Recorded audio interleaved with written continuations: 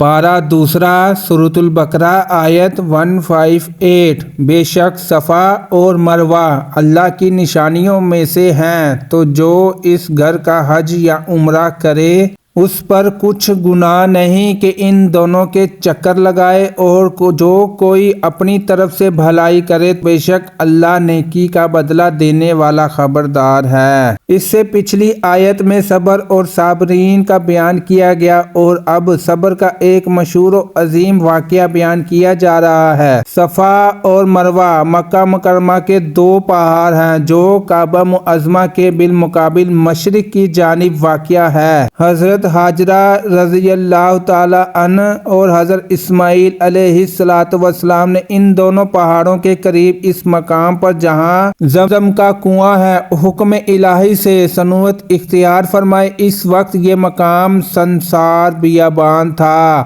نہ یہاں سبزہ تھا، نہ پانی، نہ خور دو نوش کا کوئی سامان۔ رضائے الہی کے لیے ان مقبول بندوں نے صبر کیا۔ حضرت اسماعیل علیہ السلام بہت کم عمر تھے، انہیں پیاس لگی، اور جب پیاس کی شدت بہت زیادہ ہو گئی تو حضرت حاجرہ رضی اللہ تعالی عنہ بے تاب ہو کر کنویں سوا پر تشریف لے گئیں۔ وہاں بھی پانی نہ پایا تو اتر کر نیچے کی میدان کی طرف دوڑتی ہوئی مروہ تک پہنچی، اسی طرح 7 چکر لگائے۔ اللہ تعالیٰ صبر کرنے والوں کے ساتھ ہے کا جلوہ اس طرح ظاہر فرمایا کہ غیب سے ایک چشمہ زمزم نمودار کیا، اور ان کے صبر و اخلاص کی برکت سے ان کے انتباہ میں ان دونوں پہاڑوں کے درمیان دوڑنے والوں کو مقبول بارگاہ قرار دیا، اور ان دونوں پہاڑوں کو قبولیت دعا کا مقام بنا دیا۔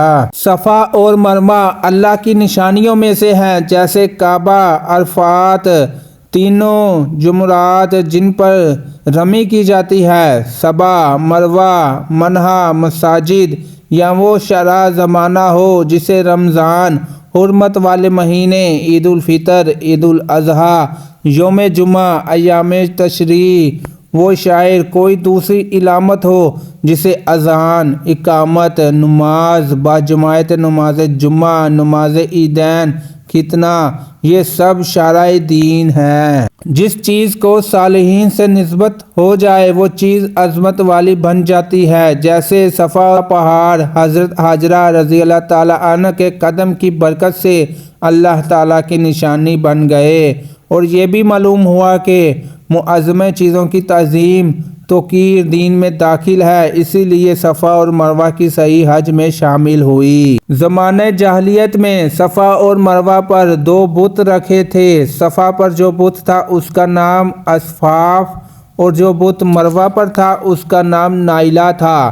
کفار جب صفا اور مروہ کے درمیان سعی کرتے تو ان بتوں پر ہاتھ پھیرتے۔ زمانہ اسلام میں یہ بت توڑ دیے گئے، لیکن جو کہ کفار یہاں مشرکانہ فعل کرتے تھے، اس لیے مسلمانوں کو صفا اور مروہ کے درمیان سعی کرنا گراں محسوس ہوتا تھا، کیونکہ اس میں کفار کی مشرکانہ فعل کے ساتھ کچھ مشابہت بنتی ہے۔ چونکہ تمہاری نیت خالص عبادت الہی کی ہے، لہٰذا تم مشابہت کا اندیشہ نہیں کرنا چاہیے۔ اور جس طرح خانہ کعبہ کے اندر زمانہ جاہلیت میں کفار نے بت رکھے تھے، اب عہد اسلام میں بت اٹھا دیے گئے اور کعبہ شریف کا طواف درست رہا، وہ شرع دین میں سے رہا۔ اسی طرح کفار کی بت پرستی سے صفا مروہ کی شاید دین ہونے میں کچھ فرق نہیں آیا۔ یہاں ایک مسئلہ ذہن نشین رکھیں کہ حج میں سعی یعنی صفا اور مروہ کے 7 چکر واجب ہے، اس کے ترک کرنے سے دم دینا یعنی قربانی واجب ہوتی ہے۔